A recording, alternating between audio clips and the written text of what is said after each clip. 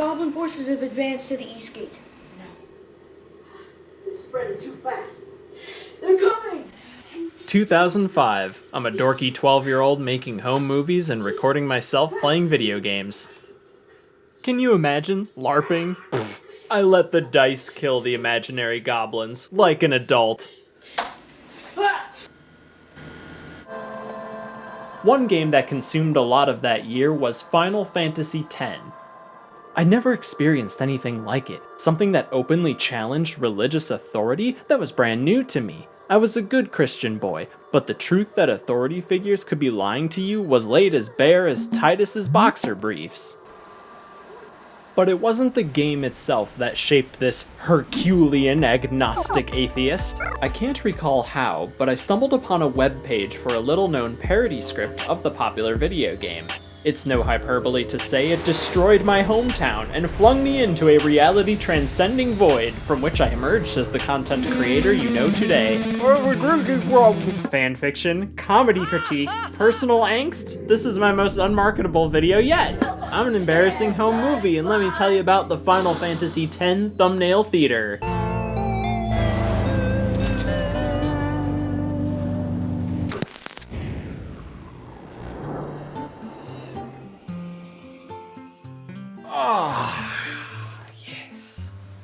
Kompai Kohai. In simplest terms, the Final Fantasy X Thumbnail Theater, or Fix-It, is a comedic retelling of Tidus the Spunky Dream Boy, written by Teresa Dietzinger under the handle Amethyst Angel in 2003 or so. The Thumbnail Theater was posted as a web feature on Dietzinger's website, Amethyst Angel's Alcove, which hosted her blogs, fan art, cosplays, and original webcomics. Today, the site is only accessible through the Wayback Machine.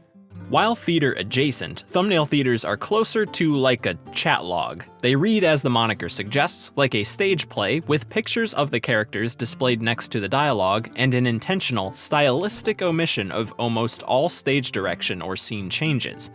The author is retelling Final Fantasy X almost entirely through dialogue. Reading it today, the experience is much like a transcription of an abridged series, predating the popularization of that genre by several years. A more apt descriptor might be fanfiction, though thumbnail theaters are largely absent of deviations from the plot and characters, aside from a comedically one-dimensional presentation. I'm not evil. I'm so not evil. Isn't it obvious how not evil I am? Funnily enough, thumbnail theaters fail to meet fanfiction.com's guidelines for user entries. Believe it or not, those exist. It is questionable whether those guidelines would be enforced, something I may have some anecdotal, personal evidence of. On the table of contents, Amethyst Angel jokes that the concept of a thumbnail theater in name and style was lifted from a web feature on toastyfrog.com. In the 20aughts, this was the personal site for Jeremy Parish, who would go on to write for numerous gaming outlets and currently hosts a podcast/YouTube channel tracing gaming history. The OG Thumbnail Theater was a micro-sized summation of each episode of the anime Neon Genesis Evangelion, posted in 1999. I was wondering, how did my father burn his hands? By being heroic and caring about someone other than you!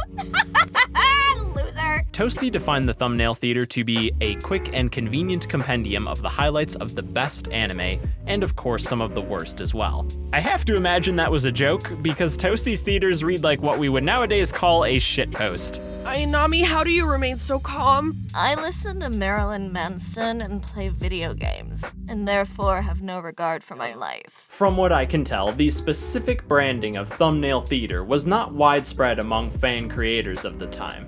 Though, Toasty Frog did occasionally comment on its quote, inexplicably popular. I misremembered the quote. This 2008 capture of Amethyst's website shows her at just under 100,000 hits, but it's hard to say how many of those were for any of her thumbnail theaters. So just how inexplicably popular were thumbnail theaters? A hot goog for Thumbnail Theater yields results mostly for a venue in Snohomish, and any working links typically lead to personal sites before the rise of corporate CMSs. Speaking of which, this video was sponsored by our patrons. If you support us on Patreon, you can see all these little vignettes I put together about the videos that we make here, along with commentary tracks and other behind-the-scenes stuff. including a VHS version of this video. I made this video and then put it on a VHS. Because why not? Thanks to all our supporters on Patreon, keeping me off the streets and in the sheets of paper that I write for every video. There's a lot. Apart from the name, is there anything that separates Thumbnail Theaters from other minimalist fan fiction? Not really. There's plenty of script or messenger style fanfics out there that largely ignore setting and prose and stuff like that to focus on character dialogue. This is a popular format for memes and social media sites especially, when you don't have to concern yourself with the minutia of prose or crafting a visual through language, then the author is free to explore character interaction. In Thumbnail Theaters, events from the given property are compressed in a temporal sense, but also in their intellectual and emotional complexity for the sake of comedy. Everything is as one-dimensional and concise as the author can imagine. For example, Jecht, the father of main character Titus, whatever, was willingly transformed into a near-mindless flying whale monster named Sin. In a one-sided battle, Sin annihilates entire platoons of people. Dreamy TD gives chase, prompting an unpleasant memory. I have no idea what I was thinking when I ran after Sin that day.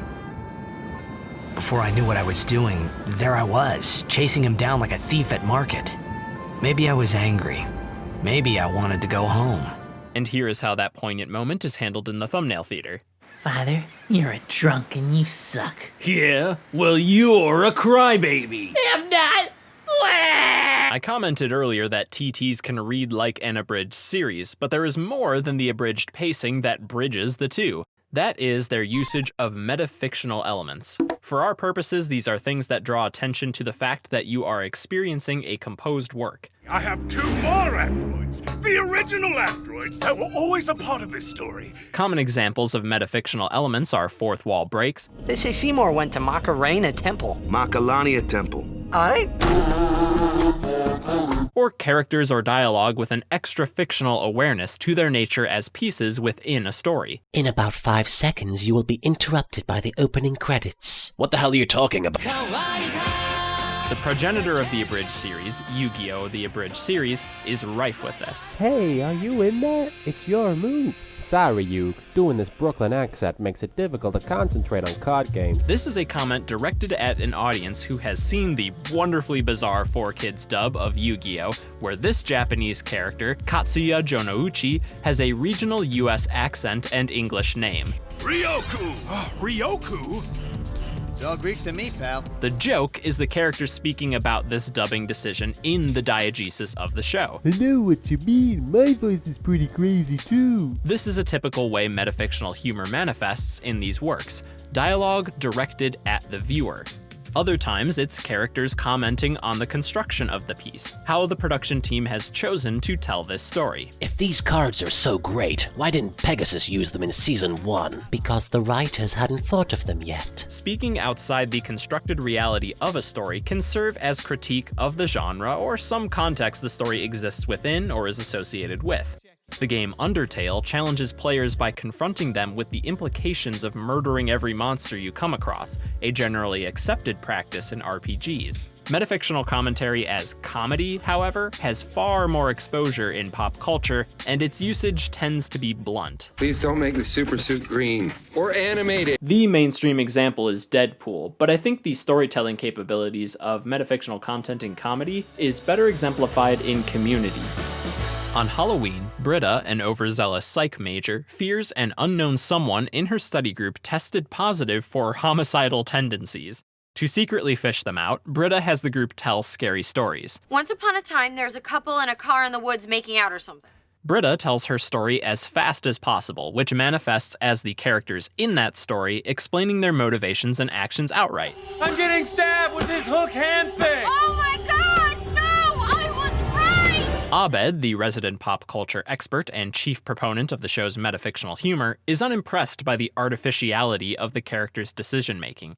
He describes a horror story in which everyone acts perfectly logical. I love you. Shh, They matter-of-factly detail their every thought and explain away any possible plot hole to each other in robotic conciseness. What was that noise? Based on the news report we just heard, but not just heard, I assume it's the deranged hook-handed killer who escaped when the asylum's antiquated security system failed. I guess they shouldn't have cut corners, although it is understandable given the recent economic downturn. Abed argues he's made a story audiences will believe because they make the same decisions the audience would, but the study group concludes it is an absolute bore.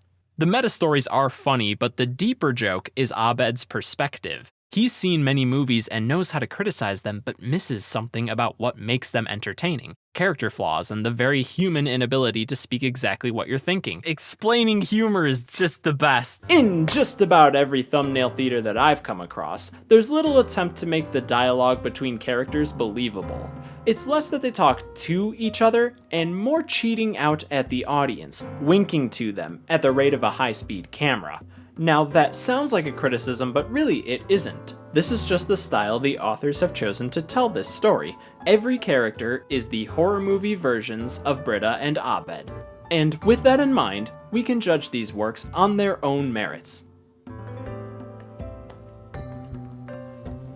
Which is why I'm sad to say that Fix-It is no hidden gem of the adolescent internet era, nor is it a so bad it's good a la My Immortal.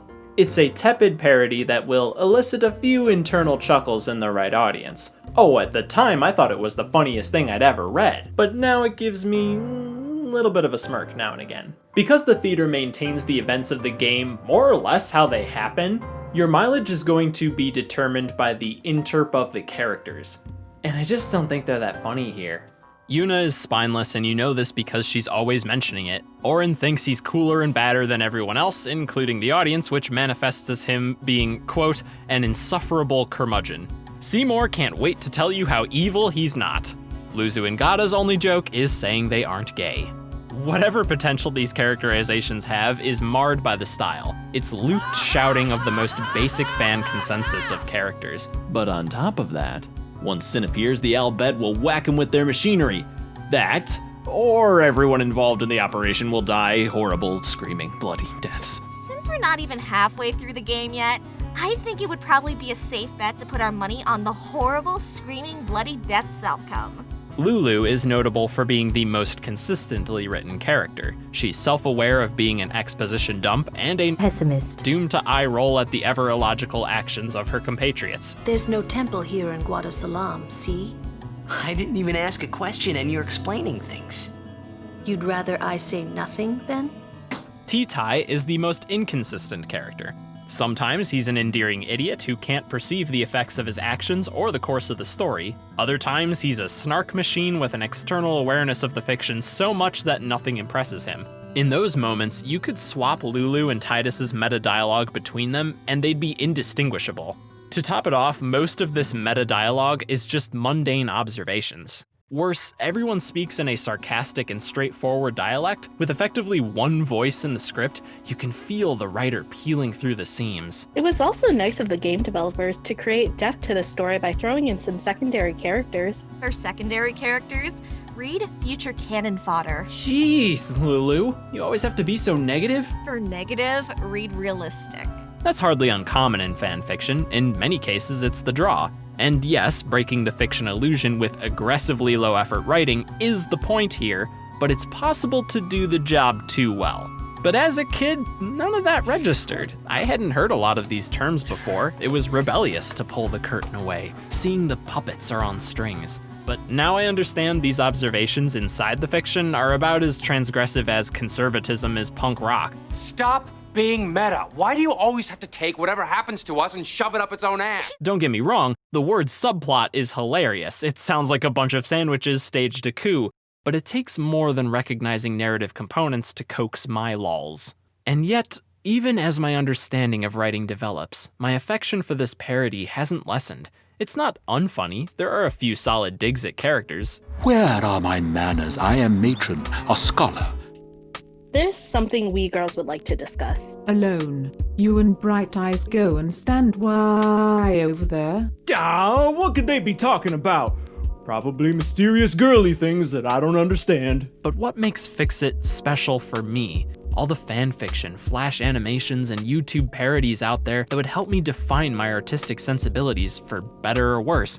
I came to know that kind of stuff could exist by discovering Final Fantasy X thumbnail theater. When I was little, I printed out my favorite section so that I could read it outside of the 15 minutes a day America Online functioned. I took a tape recorder and recorded myself reading sections of the script. Final Fantasy X thumbnail theater is my first attempt at voice acting, and it kills me I can't find the tape. I couldn't believe there were people taking existing games and movies and making stuff out of them at this scale. Prominent Globe head Dan Olsen adeptly explains the pull of fanfiction in his lukewarm defense of the first 50 Shades of Grey film. But there's this appeal to seeing characters that the audience has already formed a parasocial bond with in synthesized scenarios and novel circumstances. This isn't even all that odd outside the realm of fanfiction. At a certain point, characters cease to require their context to be whole and in fact become their own context. And subsequently, the fun comes from taking them and moving them around, playing with them in a variety of different styles and scenarios. In this way, fanfiction is the literary evolution of childhood play, taking disparate toys and bringing them together, an almost instinctive exercise in creative synthesis. It is not a mystery that fanfiction appeals to so many, because it is naturally what stories pursue, the meeting point between the familiar and the unexpected. My vision of the world was this type of play was to be abandoned when we gave up our Legos and stuffed animals. This makes me so happy. Olsen highlights that all stories are a convergence of what is understood, what exists, and the novel. Community takes the familiarity of a network sitcom and smashes it into as many genres as it can muster.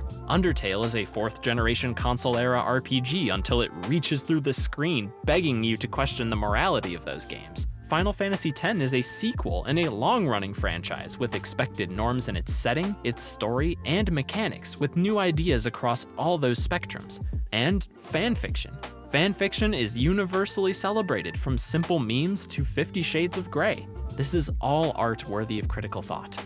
That said, we don't apply the same criteria for Final Fantasy X to judge Fix-It. The medium, the intention, and the level of production merit different approaches. The wide strata of art created out of and/or about other art is a great case for the idea of art as conversation.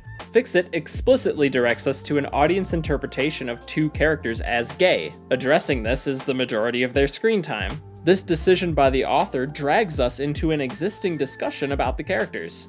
And what do we make of the abundance of metafictional humor? Is it a dressing down of another art form? Do these jokes highlight a critical consensus of Final Fantasy X's notoriously confusing story? Or is Fix-It's constant talk of plot mechanics a distillation of how people interpret media in the internet age? I don't know, it's probably all that. My audio interface broke during this video, I'm very done. Coming to this understanding, I can appreciate and embrace Fix-It as a part of the reason this facade of Kevin is on your screen. Yet, as much as I cherish this, I don't want to turn a blind eye to its flaws, knowing how much influence it had over me and my work. Which means...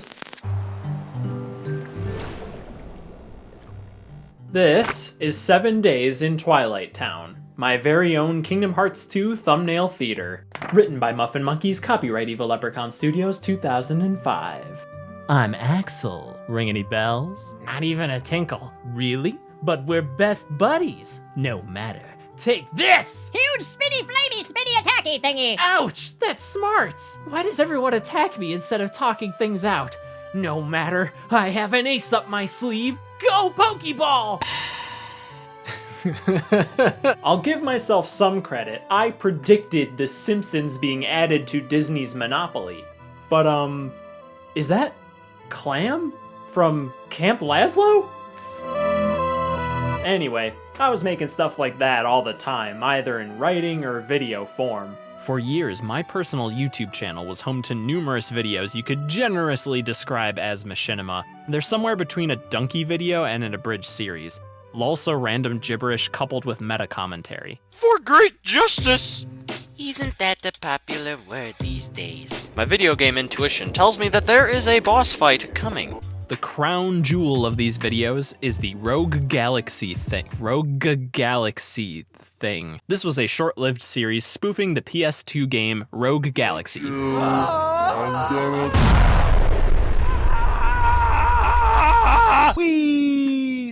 pirate! Based on a script I posted on fanfiction.com. That's right, I wasn't a coward like all those other thumbnail thespians and their off-Broadway hovels. I went straight to the Margravial Opera House.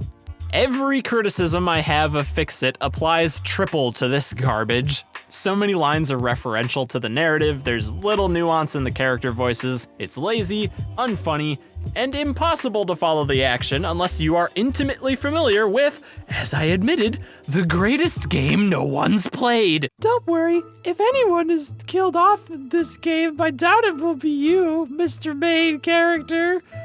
It's pretty funny. You sure he's in this backwards bumpkin town? As sure as your accent is ridicules, Simon, he's here. Ridicules? You are named Steve! Oh, Plan Azul. Time to send this essay to the Judeo-fantasy afterlife with my final pointing. I got nothing.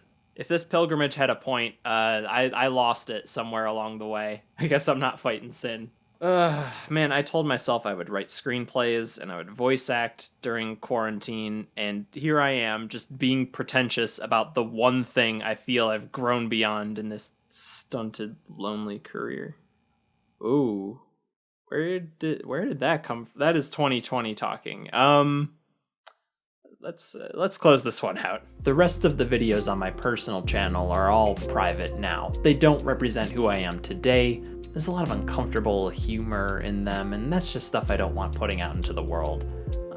I was way too old to be making machinima that bad, honestly. But I was on my own for a lot of this stuff. I didn't have friends who were as interested in filmmaking as I was, so I had to learn so much by myself. I did community college for 2 years, which I had to commute out to, and then when I got to film school, I had to commute out to that as well, and both were really long trips, so it was hard to make friends. So I went inward, focusing as much on my own work, which is why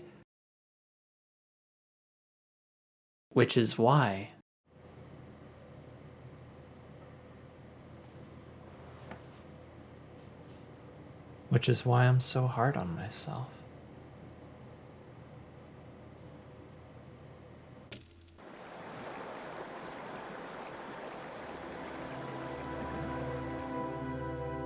There's a tape I've been scouring my parents' house to find. On it, a 7 to 9-year-old me plays the N64 title Bomberman Hero. I wanted to frame it next to our recent speedrun of the game, where I got stuck on a level I distinctly remember filming. It would have been a compelling visual, the link between time, a mostly forgotten platformer responsible for fueling my imagination and passion for art. Not a lot has changed. It's possible the tape was discarded during some now forgotten incident. Perhaps an odd mood possessed to cleanse myself of unnecessary trinkets.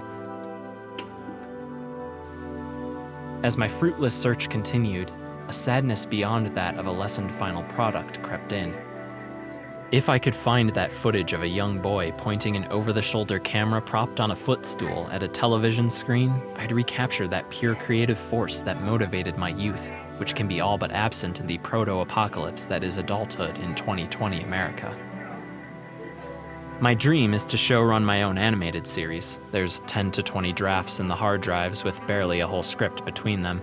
The sales just don't catch wind like they used to, and with maybe 9 or so years before irreversible planetary disaster, anything but keeping the ship afloat often becomes irrelevant. It's a spiral of motivation and apathy, my own zombie whale to smite, but doomed to fight again.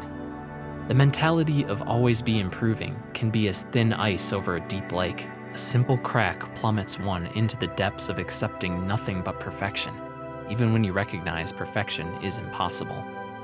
It's only with the help of other people, primarily those I work with on this channel, that I've realized how hard I push myself, but I've yet to truly resurface. For now, the tape eludes me, along with the freedom of time and confidence encapsulated in that picture of my youth. Those days are as much dreams as Zanarkand, yet to them, I repeat the pilgrimage. It may seem like in the game this is a fallacious quest, an exercise in my needless self-harm, but as in Zanarkand, there is a truth buried there that gives hope. With the right mindset, seeing that I accomplished something is another hand to pull me out of that frigid lake. their image conjures the spirit that crafted them. Like those who find hope in statues of the High Summoners, I draw strength from these flawed eidolons to fight my own insecurities and sadness. Art is one realm that can transcend mortal existence, and a way we can bridge hearts and souls beyond the reach of our forms. Thus, I made this video for preservation, to thank a silly thing that shoved me into those first steps of creating and discovering who I am. And, selfishly, I made this as a reminder. A new Bomberman Let's Play a future me can seek when lost. In time, I may come to despise this video for any reason. But in it, I hope to see that growth and improvement are possible. All that needs to be done is to try again. I have no idea what Amethyst Angel thinks of Fix It now. She might cast it as a dream of someone long past. She might hate everything I've had to say. But I hope this video has communicated how grateful I am. I may not be where I want, nor able to look back with perfect satisfaction, but these boot prints hewn in digital stone, trails stored in magnetic tape, they are proof that the journey happened. In the words of High Summoner Yuna, the people and friends we have lost, or the dreams that have faded, never forget them.